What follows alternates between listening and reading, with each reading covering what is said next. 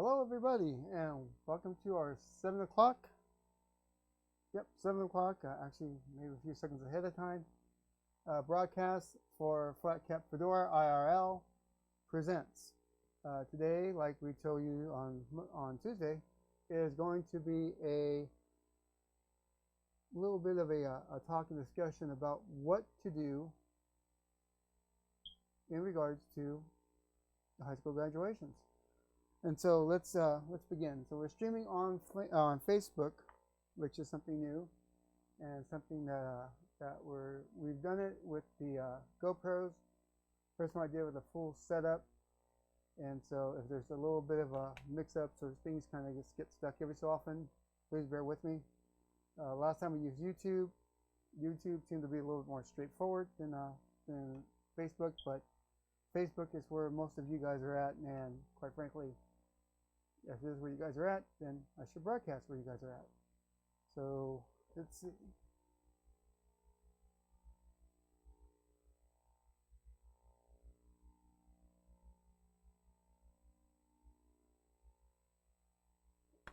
So here we are with broadcasting.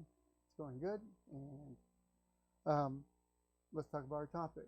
So for those of us who have been keeping an eye on what's been going on in the world, pretty straightforward. We're all staying at home because the powers that be, out of a sense of caution, asked us to stay home so we wouldn't spread infection of a pandemic. Give you a short synopsis. A virus that's kind of like, from my understanding, if you had influenza and you had the swine flu, H1N1, or SARS, and they all got together and had a baby. Now, technically, the flu and SARS, they all had a baby, and there you are. That's kind of what we're looking at. Now, it's a very generalization, and I can be way off, because I am not a geneticist, nor am I a microbiologist or person who studies viruses. I'm just a guy on the other side of the camera. So right now, I'm just a talking head. But long story short, this thing we haven't seen before. We've seen COVID before, but we just haven't seen this strain before. And this is where it gets weird, and this is why all the governments of the world decided to say, hey, let's be safe and kind of not spread the stuff around until we know what we're doing with. That was a few months ago. Fast forward a few weeks after the initial ask to stay home and recommendation to stay home, it became more solidified. The death toll started to rise, and to be quite honest and quite frank, luckily it wasn't as high as they thought it would be. At the same time, there have been stuff in the past that have been higher, but that's not the major reason why they wanted us to stay home. It's partially because we still don't know what we're dealing with. Even today, we're still not completely 100% sure, but we're a lot better than we were at the beginning. Enough, in fact, that we know kind of how it transmits. Again, kind of is the key word here, so keep that in mind, kind of. But we do see a darker side to this, if you can say there's a darker side, and that is politicians starting to overreach the boundaries of power. And this is why you see all the protests. That and the fact that people get stir crazy if they're locked inside for any length of time. Now, protesting and politics aside, because I'm not going to get into that here, the end result is school got locked down in the sense of your kids can't go to school anymore. And what we were hoping would have been a couple of weeks, ended up being months, all the way to the point where schools won't start until the beginning of next year. And that means that there's going to be a lot of students who would be graduating that are not graduating with the full ceremony that they come to expect. I mean, let's face it, you're a student, you spent the last 12 years of your life going from kindergarten all the way up to senior, so you can turn 17 or 18 and get your diploma and start in the real world excitedly with the idea that you're going to conquer the world, only to find out that not only did they take away Cinco de Mayo and Taco Tuesday from you, but they also took away your graduation. This is sad for a lot of people, and quite honestly and quite frankly, uh, it's upsetting to watch these kids work so hard to get to this point to not get the reward and the celebration from the district. Now, I say from the district because the districts are the one that put together the celebrations and put together the ceremonies. Okay, your grad night, your your end of the year grad trip to Disneyland or wherever you're going to go, and Silver Grad, which is done usually by the parent clubs and PTAs. But either way, it's all considered like the district does it. Private parties that people are going to have, they're still going to have. It won't just be as big. Some people will follow the guidelines and kind of keep it small, and others will totally disregard it and do what they want to do. It's not for me to judge. It's just what it is. And so, getting to the point, what do we do about these ceremonies? These kids don't have one. Well, a few things that have been done. Sanger, for instance, they're going to go ahead and they're going to postpone it until July, hopefully. Now, mind you, that's if they're allowed to go outside and they pull off this whole stay at home and allow them to go back to a daily life. Honestly, in my opinion, I don't think that's going to happen. Even if they were to say today, hey, we're opening up for business, everybody can go outside, you're going to have a lot of people who will be super cautious. A lot of parents will be cautious, and rightfully so. Yes, we know a lot more than we did when it first started, but do we want to risk our kids? And these are decisions we all have to decide for ourselves. Again, the risk of you dying from it, is, even though the news and everybody else makes it sound like it's insanely immense, there are a lot of factors in that. The kill rate is what, 3%, 4%? Let's say 6% tops. 6 out of every 100 people would die from it that become infected and show signs of being sick. That's a lot of ifs. And usually those people are like me, diabetic, heart patients, or elderly. Notice I said or. I want to make sure you understood that. I said or elderly, not an elderly. Or. Remember that, or. Or have other, underlying conditions, survive cancer, all these other things that go into it.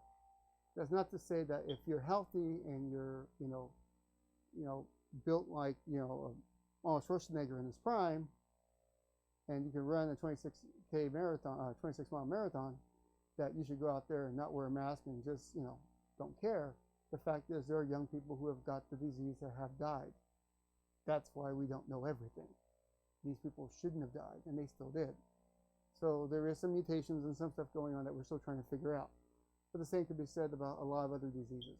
The fact is, stay cautious. That being said, let's get back to the story. So, Sanger is going to postpone it. Hopefully they'll be able to have it in July. But like I said, I kind of doubt it, because even if they got everything up and running, to schedule something that quickly in that short of time and have it come out good is a major undertaking. Not to mention getting people past the fear to actually come out and see their kid, graduate, if their kid even wants to go. Selma, my hometown, go Bears. That's the only time you'll ever hear me say go Bears. Usually it's go Raiders, but, go Bears. Those people, us, we're deciding to talk more about it, and they're going to have a meeting next week. Now, I talked to one of the school board members, and they relayed to me that they are going to have the agenda for the meeting that happens next week tomorrow night. I'll see if I can get a link and I'll put it on my Facebook so everyone can follow it.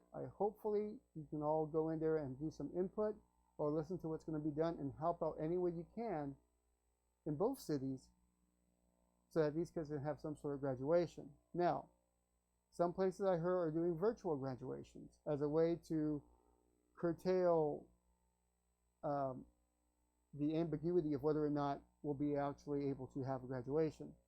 And virtual graduations are things like having kids come on like a TikTok and and kind of go on through and do it through video and kind of put a montage.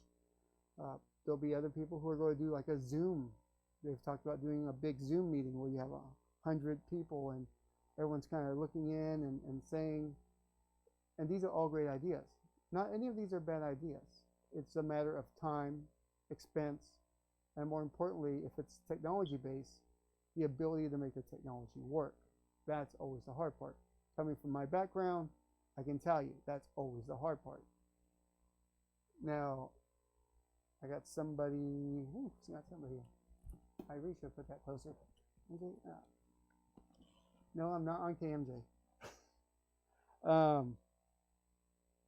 But I am online, and I'm going to pull up my Facebook feed so I can see what everyone else is doing, because I should have done that beforehand. Again, bear with me. It's my first time live feeding on Facebook when I don't have my GoPro. There's a whole different setup, and it's kind of like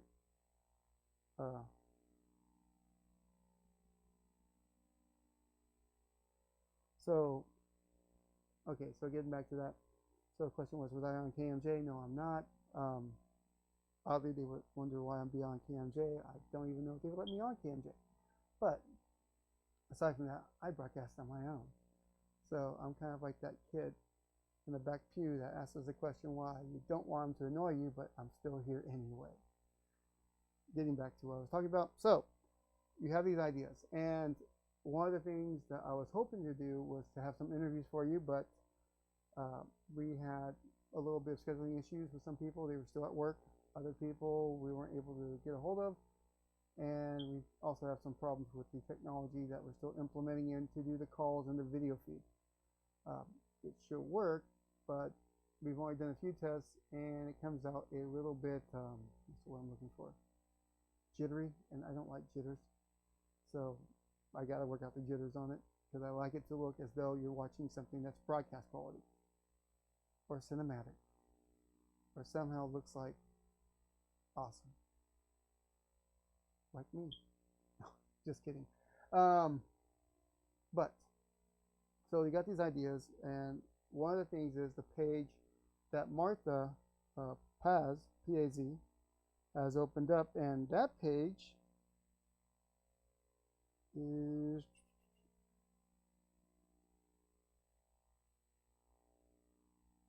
the Selma High class, SHS class of 2020 Heartland High class public group. And so this is really nice, because if you ever see a senior and you want to tell them congratulations, that's great. The other thing you can do is you can actually go into this page on Facebook and post a picture up and adopt one of the seniors. Adopt meaning that you kind of, yeah, they'll explain it in there. And show pictures and say congratulations. It's a great way to let our students know that they're not forgotten, and that even in this time of COVID, where it is how should I put it, a real bummer to be, graduating and not have your cap and gown walk down the side of the stadium, especially this year.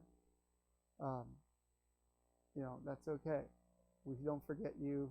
We still know you're graduating. We're still proud of you, and we're here. Now, that was one of the things. If you looked at the future of schools, is another thing I wanted to talk about. And the future of schools has to do with what's going to happen after COVID-19.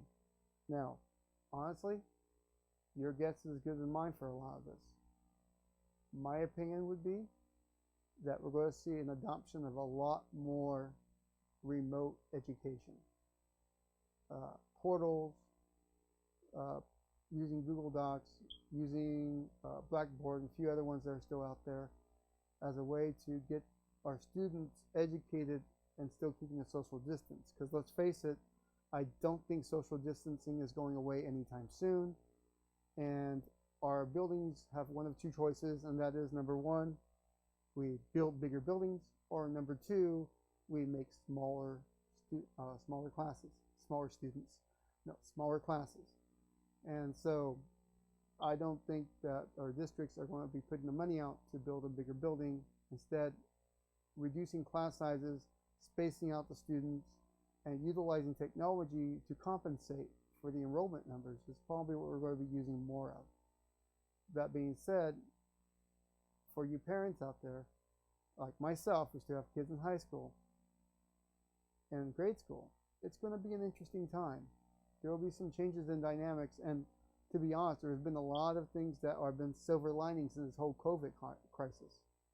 One of the biggest has been people have gotten to see their family and have gotten to be around their family and have gotten to have quality time with their family. And for a lot of people, life slowed down. You didn't have the I'm here at 5 o'clock, I go to sleep, I wake up, I go to work, I go back. You don't have that endless cycle. You actually have a moment to spend time with your kids, and this is a great thing. Yes, it's a real boondoggle of a situation. Okay, it's a trash can of a situation. But the reality is that there are silver linings, and one of them is the ability to actually see our family. Now, the other thing is that I look at as a silver lining is that you actually get to see how people react in a time of crisis. And unfortunately, there are some people who would be quick to throw somebody else under the bus because they need to feel safe. And those people you can find real easy because they're the ones that are real quick to want to, get mad at the guy who's in the middle of the ocean on a kayak or a surfboard and want that guy cited for being on a kayak or a surfboard when he should have been at home. He's in the kayak and a surfboard in the middle of the ocean. There's no one else around. He is not infecting anybody, and there's a very good chance he's not going to get infected by anybody. And he has every right to be there. But the people who get upset are the people that I look at and say, if we ever lose our government, if we ever lose our freedoms to an extent where it becomes blatantly obvious that we are, and some people are already saying we are, and there is a little truth to that. But if it comes to the point where you see the revival of the Gestapo Nazi-style fascism, report your neighbors, or KGBism, report your neighbors. Everyone should do this because, it's their fault because they did something. Okay? Then these are the people that I would be very, very, very, very worried about being around. Because, quite frankly, you can't trust them. Now, the good side is you've seen the other side, the people who are more level-headed, more cool, because they get shouted down by everybody else. And these are the people who will look at the situation and say, well, yeah, we need this, but we can't do this. You can't give up something for safety, and you can't just go all out and, the heck with safety, I just want to go to work. You can't do that either. The people who are in the middle, you can start to see who they are by how they act. And the people who are really scared and the people who are not. The people who are filled with fear and the people who aren't. And this is good about situations like this because if you pay attention, then you know who you can and can't rely on. And there's nothing wrong with people who are scared and want to stay safe. It's just wrong if that they're willing to sacrifice someone else for their safety. If they're willing to take away things from other people, their rights for themselves, when they don't really understand the situation. And that's one of the things I look at and say that's a silver lining in this whole situation, is what we look at. The other thing I've seen that's a silver lining, as opposed to the negative stuff that you hear on the news about people fighting over toilet paper or getting shot because they told somebody to wear a mask, is that you do see people willing to help other people even when they're hurting. And these are good things. You see the churches learning to adapt to the situation and start to broadcast.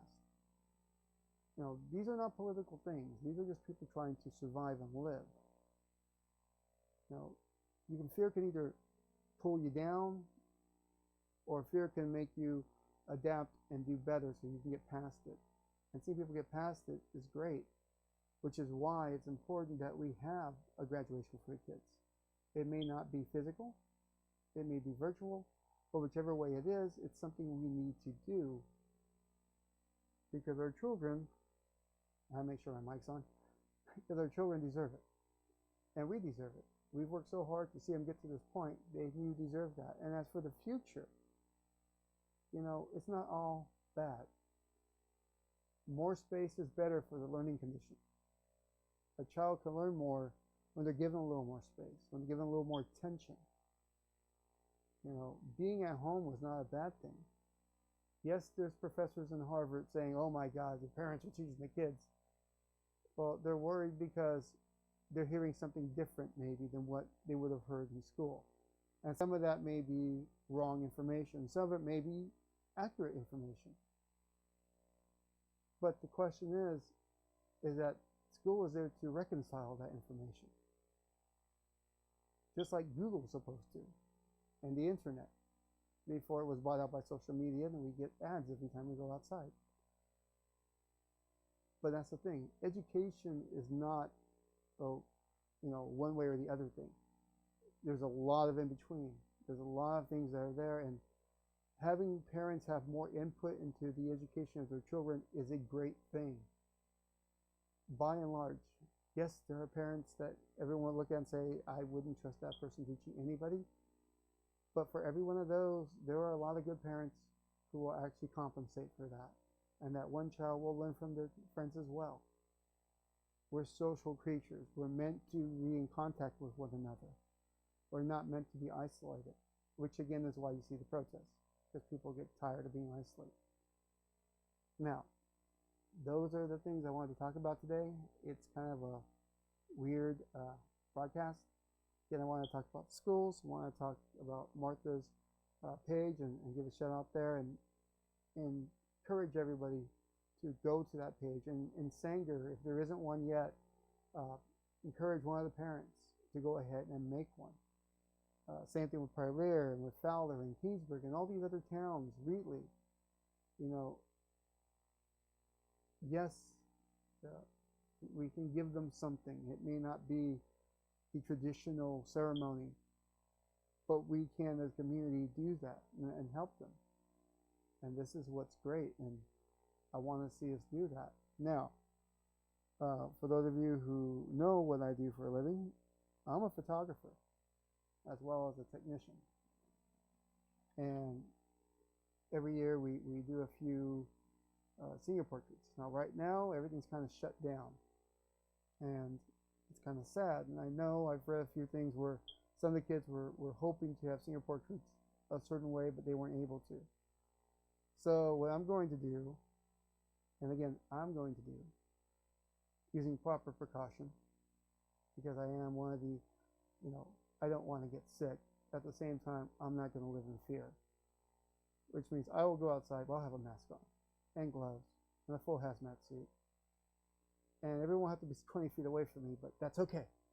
No, but seriously, I'll be giving away 5 senior portrait shoots, and that will be with the photos included, the package, the photo prints included package. So yes, we usually charge quite a bit to do the work that we do because we're good, we're great, but at the same time, we know how it is to go through this. We never went through this exact thing, but yeah, we know what it is when you're expecting something and it just rains on your parade. So here's how you get these. Here's how you can be one of the seniors that receive this. Okay.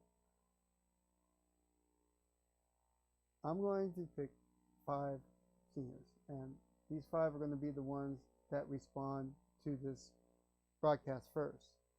That DM, direct message me on the Facebook app, and you have to be graduating. That is the thing. You have to actually be supposedly going through the ceremony if everything was normal. And you have to have not had your senior portraits taken already. And what I mean by that, that means that yes, you could have went to school at the beginning of the year and got your picture done and got your cap gown picture, that's fine. But what I'm talking about is if you went in and got senior portraits, actual senior portraits, a senior portrait session done with a photographer, if you don't know what I'm talking about, that means you haven't done it, then you qualify. If you have please allow somebody who hasn't to have a chance to get some pictures taken. Yes, I know some of us out there like to be in front of the camera a lot. I'm not one of those people, even though I'm in front of the camera right now.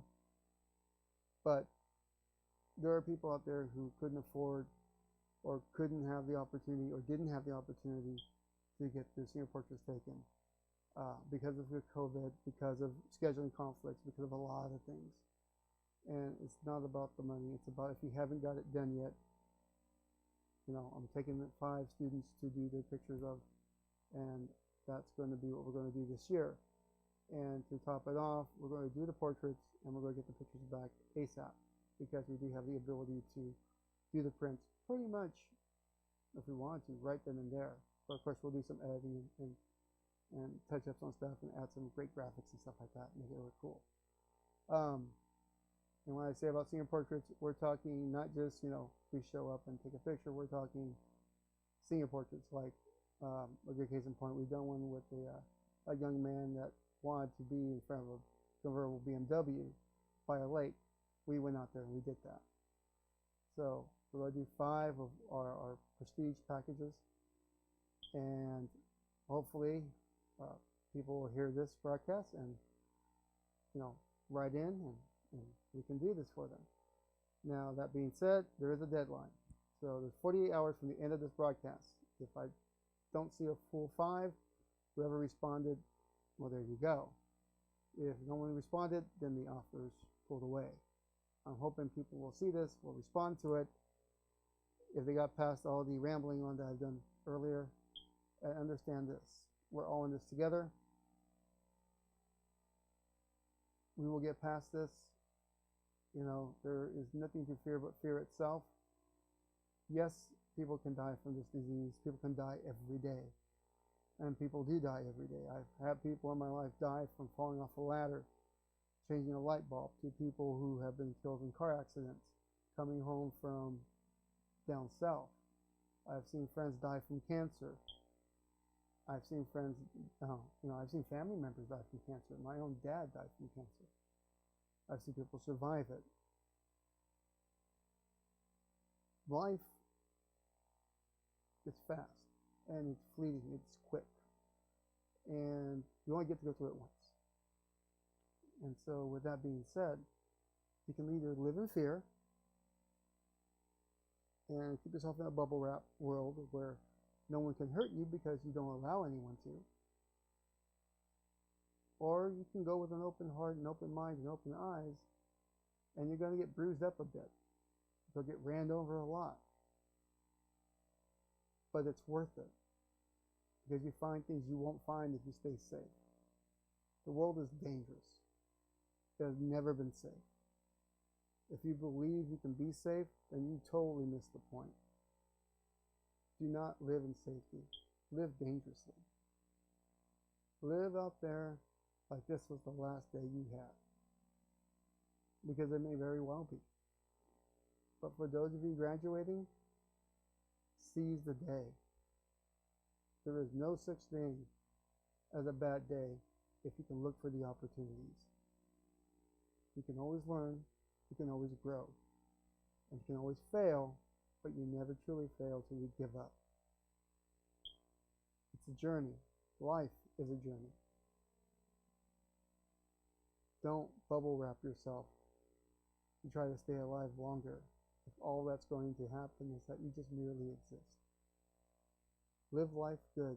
Live life well. Live life with some common sense. But live is the most important part. Have a great day, everybody. I hope to talk to you all soon again.